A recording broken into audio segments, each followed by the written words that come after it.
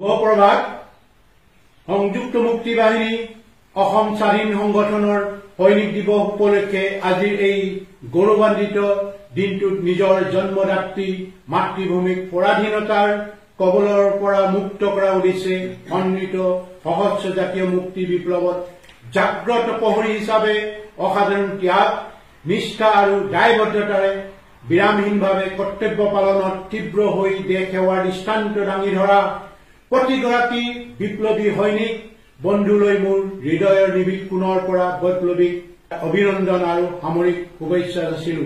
এই শুভক্ষণত যিসকল অসম সন্তানে সৰ্বোচ্চ ত্যাগ অতুলনীয় সাহস আৰু নিভাজ দেশ প্ৰেমৰ চানেকে নিজৰ নাম সোণালী আখৰে অসমৰ বুৰঞ্জীত লিপিবদ্ধ কৰি গল, সেইসকল মহান অমৰ মৃতকৰ প্ৰতি সংগঠনৰ হৈ শ্ৰদ্ধাঞ্জলি জনাইছো। আপোনজনক হেৰুৱা গৌৰৱান্বিত পিতৃ মাতৃ তথা পৰিয়ালবৰ্গক আমাৰ গভীৰ সমবেদনা জ্ঞাপন কৰিলো। এই আপাহতে জাতীয় মুক্তি বিপ্লৱৰ কণ্টাকীৰ্ণ পথ পৰিক্ৰমাত ভাৰতীয় দখলৰক্ষী বাহিনীৰ দ্বাৰা নিৰ্যাতিত হোৱা আৰু বন্দিত দুৰ্বিহ জীৱন অতিবাহিত কৰা সকলোলৈকে তেওঁলোকৰ অমূল্য ত্যাগৰ বাবে কৃতজ্ঞচিতে সোঁৱৰিছো। তদুপৰি স্থলগিৰি স্বাধীনতাপ্ৰিয় সমূহ জনগণলৈ সশ্ৰদ্ধ বৈপ্লৱিক সম্ভাষণ জনালো। প্ৰিয় বিপ্লৱী সহযোদ্ধাসকল, ঔপনিৱেশিক ভাৰত ৰাষ্ট্ৰৰ অন্যায় অবৈধ শাসন আৰু জাতীয় শোষণ নিপীড়নৰ বিৰুদ্ধে অকুতুভয় মুক্তি সেনানীৰ নিস্বাৰ্থ দেশপ্ৰেম দুৰ্জয় সাহস উৎসৰ্গীত মনোভাৱ তথা নিৰ্ভাস বৈপ্লৱিক সত্তাৰ সৈতে জড়িত এক তেজস্বী প্ৰতীক সংগঠনৰ আজি এই সৈনিক দিৱস, যত দিন প্ৰতিদিন উদ্ভাসিত হয় গণসৈনিকৰ সামৰিক সংস্কৃতি আৰু সংগঠনৰ নীতিগত লক্ষ্য উদ্দেশিত নিবেদিত প্ৰাণপ্ৰণ সংকল্প। 2000 বছৰ পুৰণি হওক স্বকীয় পৰিচয় সমৃদ্ধ অসমৰ সভ্যতা সংস্কৃতি ভাষা আচাৰ নীতি আদি অন্যান্য আৰু উপনিৱেশিক ভাৰতৰ পৰা সম্পূৰ্ণ পৃথক। সিদিনা ইউৰোপীয়ান ইউনিয়নৰ পৰা ব্ৰিটেইন আঁতৰি আহিছিল একমাত্ৰ তেওঁলোকৰ সক্ৰিয়তা অক্ষুণ্ণ ৰখাৰ স্বাৰ্থতেই। গতিকে স্থলগিৰি জাতীয় জীৱনৰ স্বতন্ত্ৰ পৰিচয় গৰিমা সক্ৰিয় সত্তাক জীৱনে মৰণে লালন পালন কৰা সতীৰ্থ সতীতাৰ স্বদেশ নুৰাগ কঠোৰ পৰিশ্ৰম সংবেদনশীলতা সংকল্পবদ্ধতা আৰু নিষ্ঠাৰ প্ৰতিফলন সৈনিক দিৱসৰ গুৰুত্ব অপৰিসীম। প্ৰতিটো ক্ষেত্ৰতে আপোনালোকে দুৰ্বাৰ সাহস নতুন উদ্যম আৰু নৱচিন্তাৰে প্ৰত্যেকৰ দায়িত্ব পালন কৰিলে আমাৰ সংগঠন অগ্ৰণী বাহিনীত পৰিণত হ'ব। দৰাচলতে প্ৰতিগৰাকী সহযোদ্ধা সন্মিলিত সশস্ত্ৰ জাতীয় মুক্তি বিপ্লৱৰ ভৱিষ্যত জ্যোতিষ্মান ধাৰাৰ ধাৰক আৰু বাহক। আমি সকলোৱে এইটো পাহৰি গলে নহব যে স্বাধীনতাৰ মুক্তি বিপ্লৱৰ সফলতাৰ কোনো চমু পথ নাই। বিফলতাত হতাশ নহয় দুগুণ উৎসাহেৰে মন বান্ধি হয় আমি পাৰিমেই নীতিত খামুচি ধৰি কৰা অধ্যৱসায় হল সফলতাৰ চাবিকাঠি। বিগত বৰ্ষৰ কাৰ্যসূচী ৰূপায়ণত যিবোৰ ভুল ত্ৰুটি ৰৈ গৈছিল অথবা প্ৰয়োজনীয় দক্ষতাৰ অভাৱ আছিল, কিন্তু পৰৱৰ্তী সময়ত ফলপ্ৰসূ ৰূপায়ণৰ জৰিয়তে ব্যৱহাৰিক অভিজ্ঞতাৰ পৰা সঞ্চিত শিক্ষাক আগন্তুক দিনত মূলধন হিচাপে লৈ অগ্ৰসৰ হ'ব লাগিব। ব্যক্তি বিশেষৰ সীমাবদ্ধতা ত্ৰুটি বিচ্যুতি আৰু সংগ্ৰামী জীৱনৰ সীমাহীন বাধা বিঘিনি নেওচি আহৰণ কৰা প্ৰায়োগিক অভিজ্ঞতাই হৈছে প্ৰকৃত শিক্ষা। এই শিক্ষাক প্ৰতিনিয়ত প্ৰযান্ত্ৰিক বৈজ্ঞানিক আৰ্হি অৰ্থাৎ মেকানিষ্টিক চাইণ্টিফিক মডেলৰে কৌশিকশীলত ঘঁহি অভ্যাসৰ দ্বাৰা পৰিশোধিত শিক্ষাক জ্ঞানলৈ ৰূপান্তৰ কৰাটোৱেই প্ৰকৃত বিপ্লৱী গুৰু দায়িত্ব। পদবী জ্যেষ্ঠতা কিংবা নেতৃত্বৰ নামত আহিব পৰা অহমিকা নিজক প্ৰতিষ্ঠা কৰাৰ প্ৰৱণতা ত্যাগ কৰি সাংগঠনিক শৃংখলাবদ্ধতাৰে অধিক দায়বদ্ধ হৈ সংগঠনৰ বৈপ্লৱিক ৰাজনৈতিক আদৰ্শৰ অহিনিশে বিকাশ সাধন কৰাটোৱেই অতীৱ প্ৰয়োজন। সঁচা অৰ্থত শিবিৰসমূহত অনুষ্ঠিত আলোচনা চক্ৰ সভা সমিতি অথবা মুক্তিকামী জনগণৰ মাজতো অধিক ৰাজনৈতিক আদৰ্শ চৰ্চাৰ পটভূমি ৰচনা হও।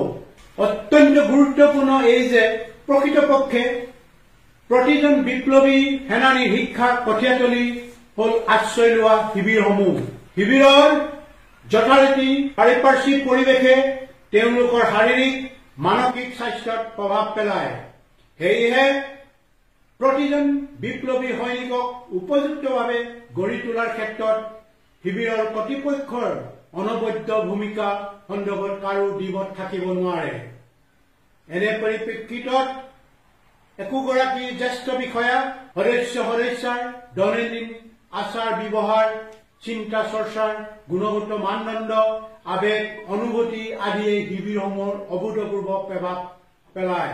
দুই এক জ্যেষ্ঠ সদস্যাই যদি নিজৰ আচৰণ শুধৰাব নোৱাৰে তেনেহলে শিবিৰত সাধাৰণ সৈনিকৰ বিপ্লৱী নৈতিকতাৰ মানদণ্ড উন্নত হব কিদৰে? তেনেস্থলত কোনেও এনেকুৱা কুৰুচি দৃষ্টান্ত দাঙি ধৰাটো উচিত নহয় যিবোৰে শিবিৰৰ নিয়মানুৱৰ্তিতা, বিপ্লৱী নৈতিকতা তথা সামৰিক সংস্কৃতি অনুশীলন বিঘ্নিত কৰিব পাৰে। জনগণৰ মাজতে হওক নতুবা সংগঠনৰ ভিতৰৰ হওক পৰিশীলিত আচাৰ ব্যৱহাৰ আৰু সবল বিপ্লৱী নৈতিকতা প্ৰতিফলিত হোৱাটো একান্ত বাঞ্ছনীয়। বিপ্লৱী শিক্ষাৰে শিক্ষিত হল বুলিয়েই কেতবোৰ সীমাবদ্ধতা আৰু মানৱীয় ত্ৰুটি অস্বীকাৰ কৰিব পৰা নাযায়, বৰঞ্চ কোনো ব্যক্তি সমালোচনাৰ উৰ্ধত নহয়। তেনে প্ৰেক্ষাপটত সামৰিক শৃংখলা আৰু অনুশাসনৰ ভিত্তিত ভুলবোৰ গঠনমূলকভাৱে আঙুলিয়াই দিলে সেইবোৰ শুধৰণিৰ নিতান্ত দৰকাৰ। কিন্তু তাৰ পৰিৱৰ্তে উগ্ৰতা প্ৰদৰ্শন কৰাটো যুক্তিহীনতাৰ লক্ষণ। উদ্ভট আচৰণ আৰু অনৰ্থক চিঞৰ বাখৰে নিজৰ মত আৰু যুক্তি সাব্যস্ত কৰিব বিচৰা প্ৰৱণতা গ্ৰহণযোগ্য নহয়। ই সৈনিক সংস্কৃতিৰ পৰিপন্থী। এই ক্ষেত্ৰত আমাৰ সহযোদ্ধাসকলে সাংবিধানিক সাধাৰণ আচৰণবিধি আৰু ব্যক্তিগত আচৰণবিধি হৃদয়ংগমৰ মাধ্যমেৰে ঐকান্তিক আনুগত্য প্ৰদৰ্শন কৰা উচিত। তেতিয়াহে সামৰিক শৃংখলা আৰু অনুশাসনৰ মাজেৰে শিবিৰসমূহ পৰিচালনাৰ সহায়ক হ'ব। লগতে সহযোগী বিপ্লৱী বন্ধুসকল আত্মবিশ্বাসী আৰু সুপ্ৰতিভ হৈ অনুপ্ৰেৰণাৰে জ্যেষ্ঠজনক অনুসৰণ কৰিব। এখন দীৰ্ঘম্যাদী সহস্ৰ বিপ্লৱৰ বাবে সুস্থ পৰিৱেশ সৃষ্টিত আমাৰ আয়োগ বিষয়াসকলে ইয়াৰ গুৰিয়াল।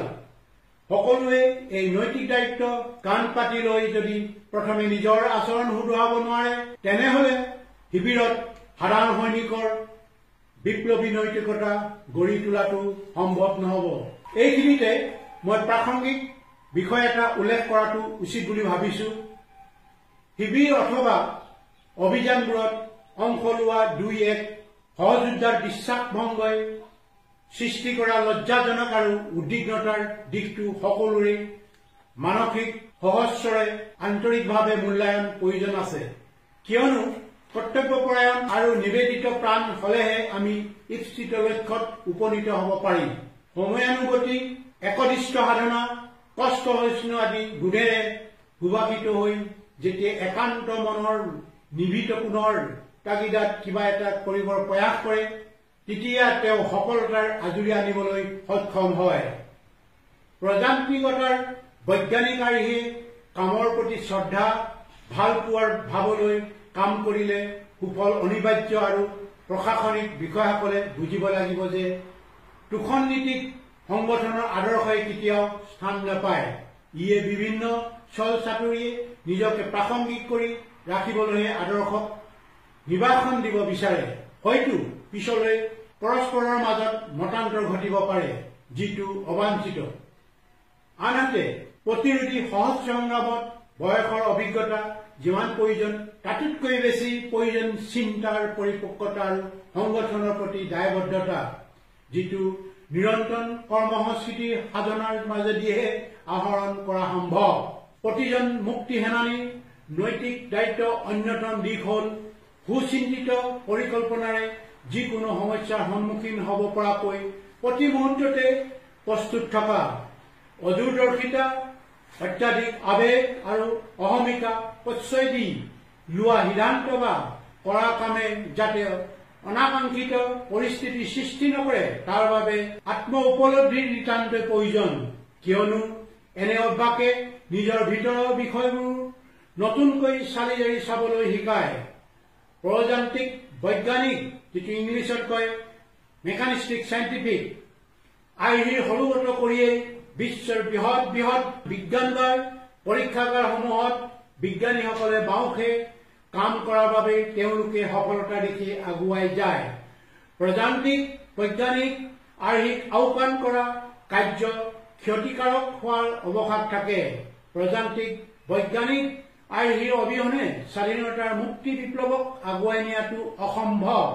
সেয়েহে সংযুক্ত মুক্তি বাহিনী অসম স্বাধীন সংগঠনৰ নেতা, বিষয়া, সদস্যসকলে ওপৰত উল্লেখিত নীতি অনুশাসনক যান্ত্ৰিকতা বা বাধ্য কৰোৱা বুলি ভবাটো অনুচিত।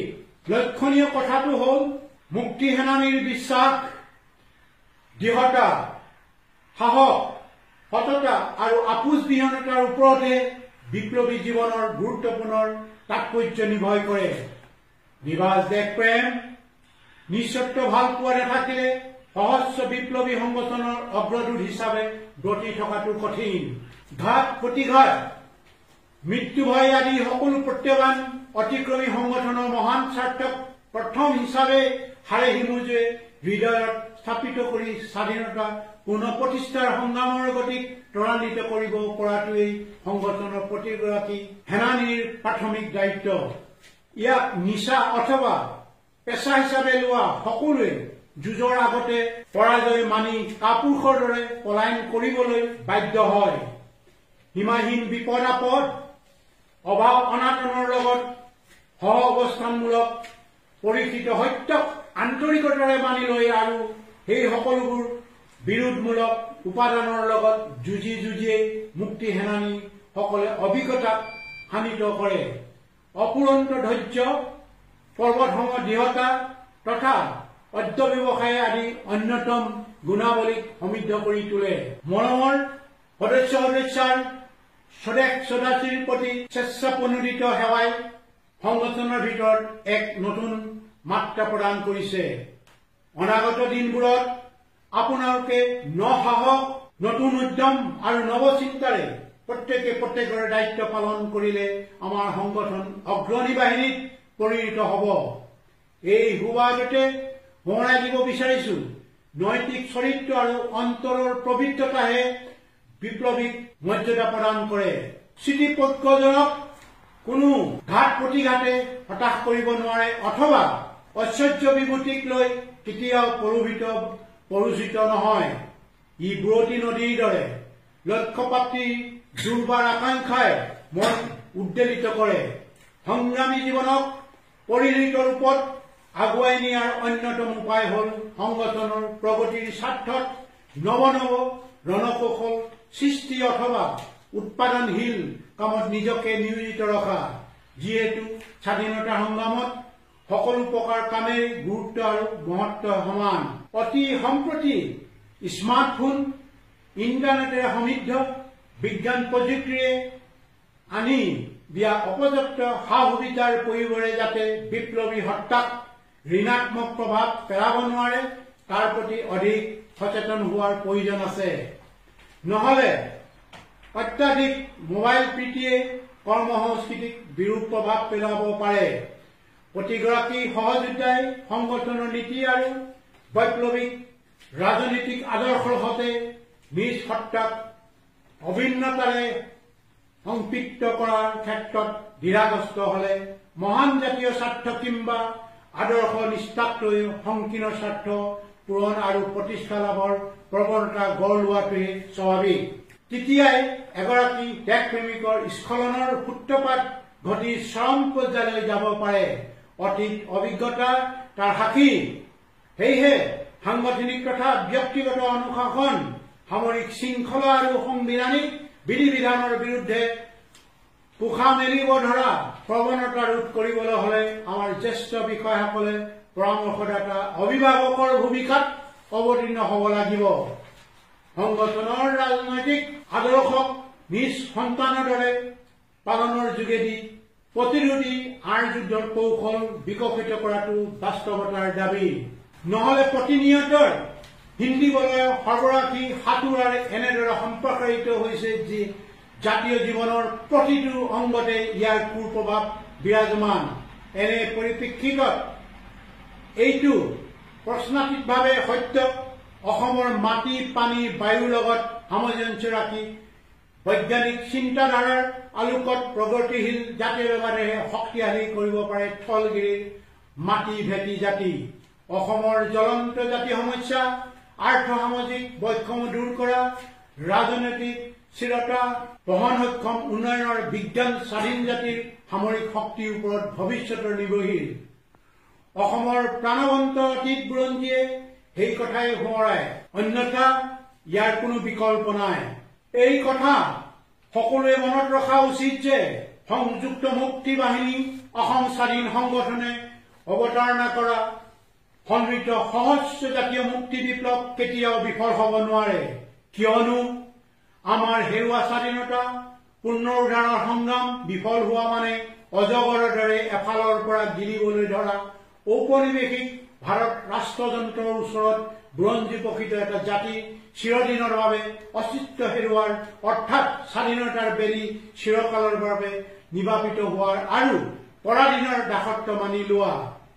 কালজয়ী জাতিৰ ঐতিহ্যবাহী বুৰঞ্জীয়াত প্ৰায় 200 বছৰীয়া পৰাধীনতাৰ জীৱন্ত দলিলৰ ওপৰত আধাৰিত বাস্তৱ সত্যই হ'ল সবাতোকৈ ডাঙৰ শক্তি, যাক কোনেও অস্বীকাৰ কৰিব নোৱাৰে। তৎসত্বেও ইয়াৰ বাবে সময়ৰ পৰীক্ষা দিব লাগে।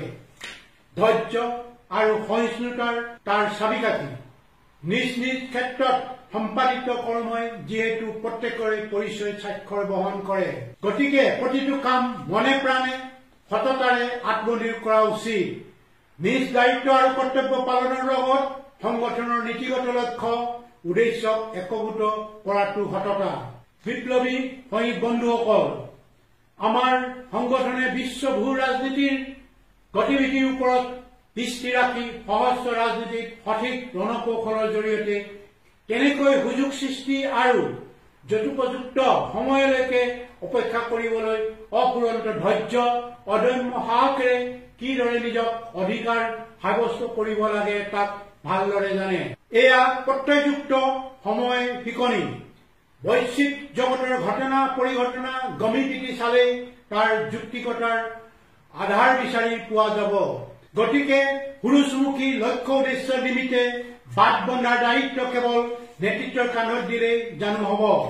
নেতা বিষয়া সদস্যাৰ ঐক্যবদ্ধ সামূহিক প্ৰচেষ্টা, নিয়মানুৱৰ্তিতা আৰু সময়নিষ্ঠাৰ লগতে সাধনালব্ধ প্ৰচেষ্টাই দীৰ্ঘম্যাদী জাতীয় মুক্তি বিপ্লৱৰ ভেটি দৃঢ় কৰিব পাৰিব। মনত ৰাখিব, সফলতা কেৱল ব্যক্তিগত কৃতিত্ব নহয়, বৰং ই এক সামূহিক নিৰলস আৰু নিৰবিচ্ছিন্ন প্ৰক্ৰিয়া। এনে পটভূমিত নিজে নিজক প্ৰশ্ন কৰিবলৈ ললে আচলতে সামৰিক সংস্কৃতি সহস্ৰ জাতীয় মুক্তি বিপ্লৱৰ সত্তাৰ পৰিকাঠামো বহুলাংশে শক্তিশালী উঠিব।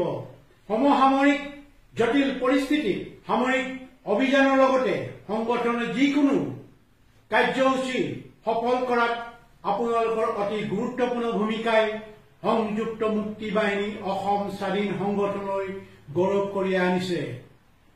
সকলোৱে উজ্জীৱিত মন মানসিকতা, অৰ্ধব্যৱসায় আৰু সাফল্য একো একোটা মাইলৰ খুঁটি, যাৰ জৰিয়তে সংগঠনটোক উদ্বুদ্ধ কৰিছে।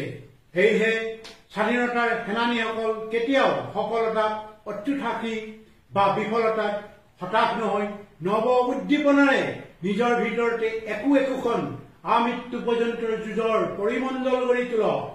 আমি সকলোৱে নীতিত অবিচল থাকি পৰিৱৰ্তিত সময়ৰ লগত খাপ খুৱাই যাতে আমি প্ৰতিকূলতাৰ সকলো হেঙাৰ অতিক্ৰমী নিৰলসভাৱে সাফল্যৰ সোপান বগাবলৈ সক্ষম হওঁ। সদৌ শেষত সংগঠনৰ প্ৰতিগৰাকী নিষ্ঠাবান জ্যেষ্ঠ কনিষ্ঠ মুক্তি সেনানীৰ নিৰাপদ সুস্বাস্থ্য আৰু সবটোপকাৰে কুশল কামনা কৰিছো। জয় অসম, জয় অসম, জয় অসম।